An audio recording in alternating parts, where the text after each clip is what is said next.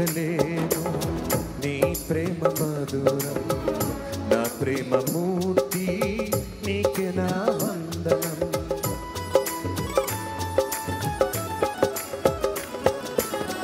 ఊహించలేను నీ ప్రేమ మధురం, నా ప్రేమ మూర్తి నీకే నా వందనం.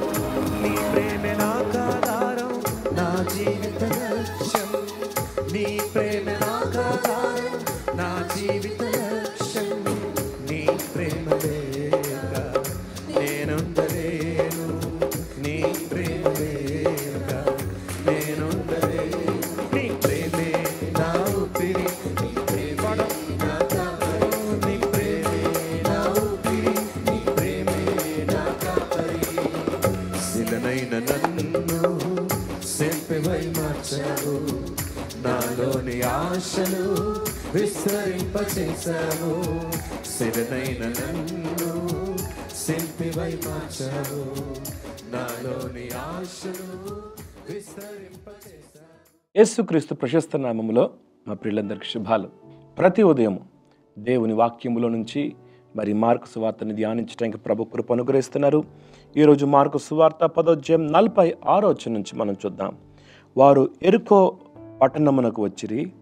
ఆయన తన శిష్యులతోనూ జనసమూహములతోనూ ఎరుకోలో నుండి బయలుదేరి వచ్చుచుండగా తిమయి కుమారుడగు బర్తిమయి అను గుడ్డి భిక్షకుడు త్రోవ పక్కన కూర్చుండెను. యేసుక్రీస్తు ఎరుకో పట్టణంలోనికి వచ్చినట్లుగా మనం గమనిస్తాం. ఎరుకో అనే ప్రాంతము ఇది ఆశీర్వదించబడిన ప్రాంతం కాదు. వాస్తవానికి ఇది శపించబడిన పట్టణం. అయినప్పటికీ యేసు ఆ ప్రాంతానికి వచ్చాడు. ఎరుకో అనే ప్రాంతాన్ని బైబిల్లో మీరు గమనిస్తే రాహాబు వేశ్య ఎరుకో ప్రాంతము సంబంధించిందని మనము యెహోషువ గ్రంథంలో మనం చూడొచ్చు. అంతేకాదు, బైబిల్ గ్రంథంలో ఎరుకో పట్టణము ఇది చాలా అద్భుతమైన పట్టణమే, కానీ అందులో నీళ్లు మంచివి కావు అని దేవుని వాక్యంలో మనం చూస్తాం. అలాగే ఎరుకో గురించి మరొక మాట ఏంటంటే, ఒక మనుషుడు యెరూషలేము నుండి ఎరుకోకి దిగి వెళ్ళుచుండగా దొంగల చేత కొట్టబడినట్లుగా చూస్తాం. సో ఎరుకో అంత ఆశీర్వదించబడిన పట్టణం కాదు. అందులో దొంగలు ఉన్నారు. బైబిల్లో శాపము గురించి, వేశ్యల గురించి ఒక భయంకరమైన స్థలముగా ఎరుకో.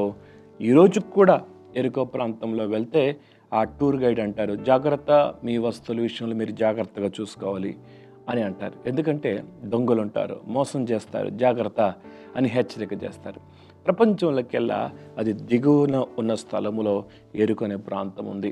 ఎరుకోను ఆనుకునే మృత సముద్రం కూడా ఉంటుంది. సరే, ఇప్పుడు మనం ముందుకు సాగుదాం. యేసు ఆ ఎరుకో ప్రాంతానికి కూడా వచ్చాడు. బైబిల్లో నశించిన దానిని వెదకి రక్షించుటకు మనుష్య కుమారుడు ఈ లోకమునకు వచ్చునని బైబిల్ గ్రంథంలో మనం చూస్తాం. ఆయన తన శిష్యులతోనూ జన సమూహములతోనూ ఎరుకోలో నుండి బయలుదేరి వచ్చుచుండగా, అలా ఎరుకో నుంచి బయలుదేరి వెళ్తున్నప్పుడు అక్కడ తిమయి కుమారుడు బర్తిమయి అను గుడ్డి భిక్షకుడు త్రోవ పక్కన కూర్చున్నాడు. ఇతడు గుడ్డి భిక్షకుడు, గుడ్డివాడు, ఆ తర్వాత భిక్షకుడు.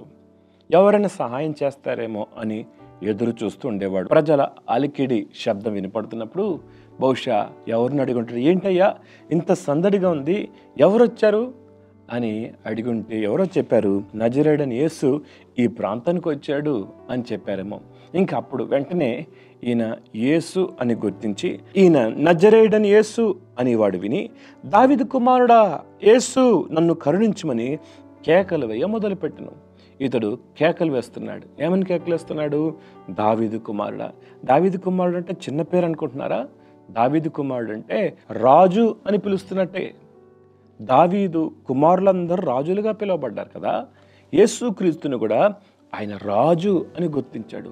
దావీదు కుమారుడా అని గుర్తిస్తూ, నన్ను కరుణించుము, నీవు నన్ను కరుణించాలి. నజరేతు అనే ప్రాంతంలో యేసు ప్రభుని వడ్రంగి పనిచేసేవాడిగా యేసు ప్రభుని గుర్తించారు. మా ఊరోడే అని గుర్తించారు.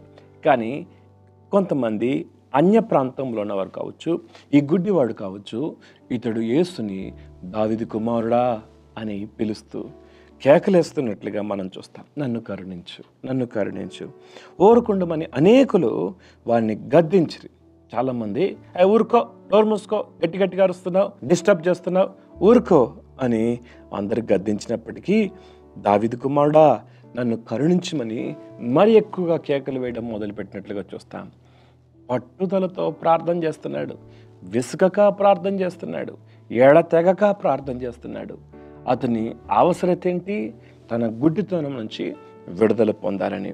ఎప్పుడైతే ఇలా కేకలు వేస్తున్నాడో అప్పుడు యేసు నిలిచి, ఈ మాట చాలా అద్భుతంగా ఉంది కదా, యేసు ప్రభు ఆగిపోయాడంట. సృష్టికర్త అయిన దేవుడు మానవాళి ప్రార్థనకు నిలిచిపోతాడు. ఈ గుడ్డి భిక్షకుడు చేసే ప్రార్థన యేసు ప్రభు నిలబెట్టింది. యేసు ప్రభు నిలిచి వానిని పిలువుడని చెప్పగా వారా గుడ్డి వానిని పిలిచి ధైర్యం తెచ్చుకొనుము, ఆయనను పిలుచుచున్నాడు లెమ్మని అతనితో చెప్పను. అంతటా వాడు బట్టలు పారవేసి దిగ్గున లేచి యేసునొద్దకు వచ్చాడు. బట్టను పారేశాడు. వాస్తవానికి గుడ్డివాడు అడుక్కునేవాడు కదా, ఆ జాలే తన ముందుంచుకునేవాడు. ఒక కర్ర, ఒక జాలే పెట్టుకుని అడుక్కుంటూ ఉండేవాడు. అంతటా వాడు బట్టను పారేసి దిగ్గును లేచి యేసునొద్దకు వచ్చాడు. ఎంత విశ్వాసానికి! యేసు ప్రభు యొద్దకు వస్తే నాకు బట్టతో అవసరమే ఉండదు ఇంకా అని ఆ బట్టను పారవేసినట్లుగా మనం చూస్తాం. దిగ్గును లేచి ప్రభు యొద్దకు వచ్చాడు. యేసు ఆయన్ని చూసి నేను నీకేమి చేయకూర్చున్నావని వాడిని అడిగగా యేసు ప్రభు కనిపించట్లేదా? అతడు గుడ్డివాడు కదా, అతని కళ్ళు కావాలని ప్రభుకు తెలుసు కదా. కానీ ప్రభు అడుగుతున్నాడు, నీకేం కావాలని కోరుచున్నావు? చాలాసార్లు మన ప్రార్థన స్పష్టంగా ఉండాలి. బైబిల్లో మన అవసరత ఏంటో దేవుని తెలుసు. అయినప్పటికీ దేవుడు ఏం కోరుతున్నాడంటే మనం అడగాలి అని కోరుతున్నాడు. మనం అడగాలి, అడిగితే దేవుడు అనుగ్రహిస్తాడు. నేను నీకేమి చేయకూర్చున్నావు అని అడిగినప్పుడు వాడు అంటాడు, ఆ గుడ్డివాడు, బోధకుడా నాకు దృష్టి కలుగజేయమని ఆయనను అడిగాను. ఐ వాంట్ టు సీ, నిన్ను చూడాలనుకుంటున్నాను. అందుకు యేసు నీవు వెళ్ళుము, నీ విశ్వాసం నిన్ను స్వస్థపరచని చెప్పాను. వెంటనే వాడు త్రోవను ఆయన వెంట చూపు పొంది వెళ్ళాను. ఆయన విశ్వాసము బట్టి గొప్ప స్వస్థత పొందినట్లుగా మనం చూస్తాం. నీ విశ్వాసం నిన్ను స్వస్థపరచని చెప్పాను. వెంటనే వాడు త్రోవను ఆయన వెంట చూపు పొంది వెళ్ళను. ఇంతకుముందు అడుక్కునేవాడు ఇప్పుడేమయ్యాడు? యేసు వెంట వెళ్ళేవాడయ్యాడు. ఎందుకు? ప్రభు అతని కన్నులు తెరిచాడు, ప్రభు అతన్ని బాగు చేశాడు. కృతజ్ఞతతో ప్రభుని వెంబడిస్తున్నాడు. దేవుడి మాటలు దీవించినగాక. ప్రార్థన. మహోన్నతుడకు దేవ, సర్వాధికారికి స్తోత్రాలు. ఎరుకో ప్రాంతంలోని గుడ్డివాడిని నువ్వు స్వస్థపరిచావు. గుడ్డివాని విశ్వాసం, గుడ్డివాని పట్టుదల మేము చూసాం. మా జీవితాల్లో కూడా మేమేం ప్రార్థన చేస్తున్నామో ఆ ప్రార్థన చక్కని అవగాహన కలిగి ప్రార్థించేవారిగా చేయండి. విశ్వాసముతో ప్రార్థించేవారిగా చేయండి. పట్టుదలతో ప్రార్థించేవారిగా చేయండి. విత్తబడిన మాటలు మందరి హృదయాలు నీరు కట్టి ఫలింప చేయమని యేసు నామములో అడుగుతున్నాం తండ్రి. ఆమేన్.